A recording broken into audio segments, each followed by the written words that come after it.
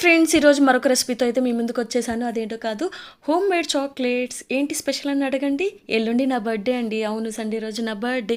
ఎలానో పిల్లలు చాక్లెట్స్ కావాలని అడుగుతారు కదా అని చెప్పి నేనైతే ఇంట్లో చాక్లెట్స్ రెడీ చేస్తున్నాను. ఆ రెసిపీ మీతో కూడా షేర్ చేసుకుందామని వీడియో తీస్తున్నాను. నేనైతే డ్రై ఫ్రూట్స్ కూడా యూస్ చేసి ఈ చాక్లెట్స్ చేస్తున్నాను. అందుకే ఒక ప్యాన్లో డ్రై ఫ్రూట్స్ని బాగా ఫ్రై చేసి పక్కన పెట్టుకున్నాను. ఒక డార్క్ చాక్లెట్, 2 మిల్క్ చాక్లెట్స్ అయితే తీసుకొని పీసెస్లా కట్ చేసి పెట్టుకున్నాను. ఒక గిన్నె పెట్టుకొని అందులో వాటర్ పోసి వాటర్ తెరల కాగనిచ్చేంత వరకు పెట్టుకొని దానిపైన ఇంకొక బౌల్ పెట్టుకొని కట్ చేసిన చాక్లెట్ పీసెస్ వేసి బాగా కరగనివ్వాలి. ఫైనల్గా కరిగిన తర్వాత చివరిగా బటర్ వేసి కలుపుకోండి. బటర్ అయితే ఆప్షన్ అండి, మీకు అవసరం లేకపోతే వేయక్కర్లేదు.